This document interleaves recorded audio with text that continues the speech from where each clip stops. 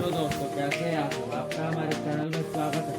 Video शुरू करने से पहले हमारे चैनल को सब्सक्राइब और वीडियो को लाइक जरूर कर लीजिए ताकि ऐसी जानकारी आप लोगों के पास पहुंचती रहे। तो चलिए वीडियो को शुरू करते हैं। बात कर रहे हैं माता सीता, गौतम बुद्ध, गुरु गोविंद सिंह जी और हमारा अपना बिहार के बारे में। भारत का वो राज्य जहां कवि कोकिल विद्यापति जी का जन्म हुआ, जहां देश के पहले राष्ट्रपति राजेंद्र प्रसाद जी का जन्म हुआ। तो फिर देर किस बात की, अपना सीट बेल्ट बांध लीजिए अच्छे से और निकलते हैं बिहार की एक शानदार सफर पर। दोस्तों, बिहार वो राज्य है जिसे प्राचीन काल में मगध के नाम से जाना जाता था और इसकी राजधानी पटना को पाटलिपुत्र के नाम से। बिहार का इतिहास उतना ही पुराना है जितना भारत का। यहाँ मौर्य, गुप्त आदि राजवंशों से लेकर मुगल शासकों ने राज किया है। माना जाता है कि बिहार शब्द की उत्पत्ति बौद्ध विहार के विहार शब्द से हुई, जिसे बाद में बिहार कर दिया गया। बिहार को उत्तर में नेपाल, पूर्व में पश्चिम बंगाल, पश्चिम में उत्तर प्रदेश और दक्षिण में झारखंड ने घिरा हुआ है। 1912 में बंगाल के विभाजन के समय बिहार अस्तित्व में आया। सन 1935 में उड़ीसा और सन 2000 में झारखंड को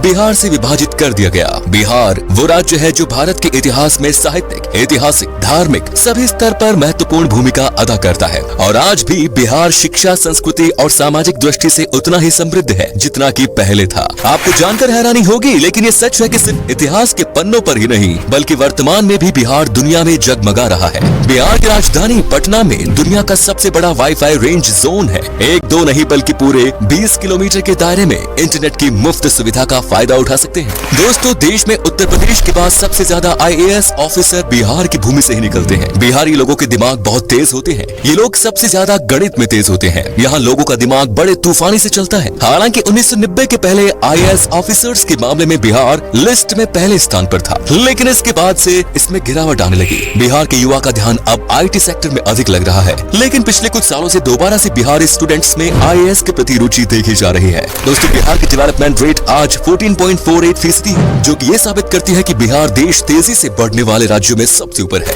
बिहार आज शैक्षिक स्तर पर केरला के शैक्षिक स्तर को टक्कर दे रहा है। बल्कि ये कहना भी अनुचित नहीं होगा कि बिहार में लिटरेट लोगों की संख्या केरला के लोगों से ज्यादा है। दोस्तों, बिहार में कृषकों की बात करें तो वहाँ कोई किसान इतना मजबूर नहीं होता कि उसे आत्महत्या करनी पड़े। दोस्तों, साक्ष्य को प्रमाण माने तो ईसा से लगभग 6वीं सदी पहले बिहार के वैशाली में ही गणतंत्र की पहली बेल लुकी थी। जब लोगों को गणतंत्र का अर्थ नहीं पता था, तब उस काल में वैशाली में देश की ही नहीं बल्कि दुनिया के पहले गणराज्य की आधारशिला रखी गई। संसद प्रणाली भी वैशाली में मौजूद थी। बिहार वो राज्य है जिसने आजादी के समय भारत छोड़ो आंदोलन में महत्वपूर्ण भूमिका निभाई। दोस्तों, शून्य यानी जीरो के बिना गणित का क्या मोल, ये किसी को बताने की जरूरत नहीं है। दुनिया को शून्य देने वाले आर्यभट्ट जी का जन्म भी बिहार में ही हुआ था। शायद यही कारण है कि आज भी बिहार के लोग गणित में माहिर होते हैं और आज भी गणित में यहाँ के लोगों की कोई बराबरी नहीं। बिहार ही वो जगह है जिसने चाणक्य जैसा इकोनॉमिस्ट, चंद्रगुप्त और अशोका जैसा राजा, बुद्ध और महावीर जैसा धर्म प्रवर्तक, आर्यभट्ट जैसा वैज्ञानिक और शेर शाह जैसा शासक दुनिया को दिया। भारत एक ऐसा देश है जहाँ क्रिकेट किसी धर्म से कम नहीं और MS धोनी का नाम इस धर्म के सबसे पॉपुलर पन्नों में से एक। MS धोनी का जन्म रांची में हुआ था, जो कि पहले बिहार का हिस्सा हुआ करता था। धोनी को लोग आज भारत के सबसे सफल क्रिकेट कप्तान और महान खिलाड़ी के रूप में देखते हैं। सिखों के 10वें गुरु गुरु गोविंद सिंह का जन्म भी बिहार में ही हुआ और सिखों का पवित्र स्थान हरमिंदर तख्त पटना में है। आपको बता दें कि दुनिया का सबसे पुरानी यूनिवर्सिटी नालंदा यूनिवर्सिटी और तक्षशिला यूनिवर्सिटी भी बिहार में ही है। यहाँ पहले विदेशों से भी लोग पढ़ाई करने आया करते थे। दोस्तों, माता सीता की जन्मभूमि भी एक समय में बिहार में ही थी, जो आजकल नेपाल का हिस्सा हो गया। आपको बता दूं कि जनकपुर में ही माता सीता पैदा हुई और तब ये बिहार हुआ करता था, जहाँ पर भगवान राम जी आए थे। दोस्तों, बिहार के मिथिलांचल में आज भी भगवान राम को दामाद माना जाता है। माता सीता की नगरी मिथिलांचल बिहार का गौरव है। मिथिलांचल की मिथिला पेंटिंग के बारे में तो हर कोई जानता है। आपको तो शायद पता ही होगा कि बॉलीवुड के शान और जान पंकज त्रिपाठी भी बिहार से ही है और बिहार का भी एक बेटा शानदार एक्टर है सुशांत सिंह राजपूत, जिसका देहांत होने के बाद भी लोगों के प्यार ने अमर कर दिया। दोस्तों, बिहार का खाना भारत के सबसे शानदार पकवानों में से एक माना जाता है। बिहार का लिट्टी चोखा बहुत टेस्टी होते हैं। आपने अगर लिट्टी चोखा नहीं खाया तो एक बार जरूर ट्राई कीजिएगा, वाकई में आपका दिल खुश हो जाएगा। यहाँ पर वेज से लेकर नॉन वेज तक हर पकवान लाजवाब होता है। इतना ही नहीं, आपको बता दूं कि यहाँ पर गन्ने की जूस भी पसंद किया जाता है और ये इतना इतने मीठे और टेस्टी होते हैं कि इसे पीकर मानो आप दीवाने हो जाओगे। तो चलिए अब बात करते हैं उन जगहों की जहां पर आप बिहार के सफर के दौरान घूम सकते हैं, और साथ ही बताएंगे कि आपको बिहार की ट्रिप में मैक्सिमम कितना पैसा खर्च करना पड़ेगा। नंबर 1 इज बोध गया। दोस्तों, बिहार में घूमने वाली जगहों में शामिल बोध गया एक प्रमुख आकर्षित पर्यटन स्थल है, जो कि बौद्ध धर्म से संबंधित अनुयायियों के लिए विशेष महत्व रखता है। बोध गया एक तीर्थ स्थल के रूप में भी जाना जाता है, और ये वो स्थान है जहाँ बोधि वृक्ष के नीचे गौतम बुद्ध को ज्ञान की प्राप्ति हुई। यहाँ मन को एक अद्भुत शांति मिलती है, इसीलिए यहाँ साल भर देश विदेशी पर्यटकों की भीड़ बनी रहती है। बोध गया को यूनेस्को वर्ल्ड हेरिटेज साइट्स की सूची में भी शामिल किया गया है। Next is Patna.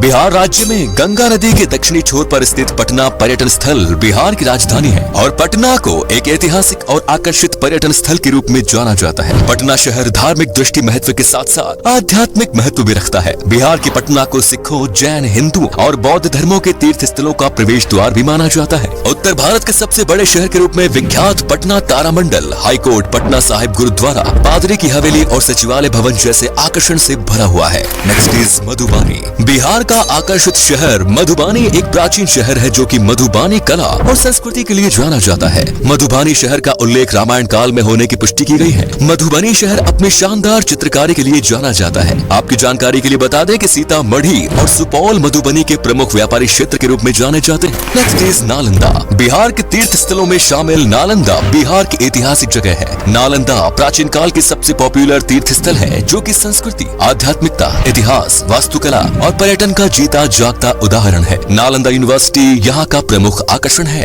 Next is Vaishali. Vaishali तीर्थ स्थल बिहार का वो धार्मिक स्थान है जहाँ भगवान महावीर का जन्म हुआ। वैशाली बिहार का एक छोटा सा जिला है, जो कि बौद्ध, जैन और हिंदू धर्म से संबंधित अनुयायियों के लिए एक तीर्थ स्थल के रूप में जाना जाता है। माना जाता है कि वैशाली नाम महाभारत काल से संबंध रखता है, जो कि राजा विशाल के नाम पर रखा गया। Next is school of yoga seat के लिए भी जाना जाता है। मीर कासिम की राजधानी के रूप में जाना जाने वाला मुंगेर शहर अपने प्रमुख आकर्षण श्री कृष्णा वाटिका, सीताकुंड, मन पत्थर और दिलवरपुर जैसे आकर्षण के लिए बहुत प्रसिद्ध है। Next is Muzaffarpur. बिहार के प्रमुख आकर्षण में शामिल मुजफ्फरपुर बागमती और लखनदेई नदियों के पास स्थित एक सुंदर शहर है। यहाँ की लीची सबसे पॉपुलर है। मुजफ्फरपुर बिहार की राजधानी पटना से लगभग 71 किलोमीटर दूर है। वज्जिका भाषा मुजफ्फरपुर में सबसे अधिक बोली जाने वाली भाषा है। Next is Bhagalpur. बिहार की सिल्क सिटी के नाम से प्रसिद्ध भागलपुर एक ऐतिहासिक शहर है, जो कि पावन गंगा नदी के दक्षिणी तट पर स्थित है। भागलपुर बिहार का तीसरा सबसे बड़ा शहर होने के अलावा यहाँ के प्रमुख शैक्षणिक संस्था के लिए भी जाना जाता है। भागलपुर के प्रमुख आकर्षण विक्रमशिला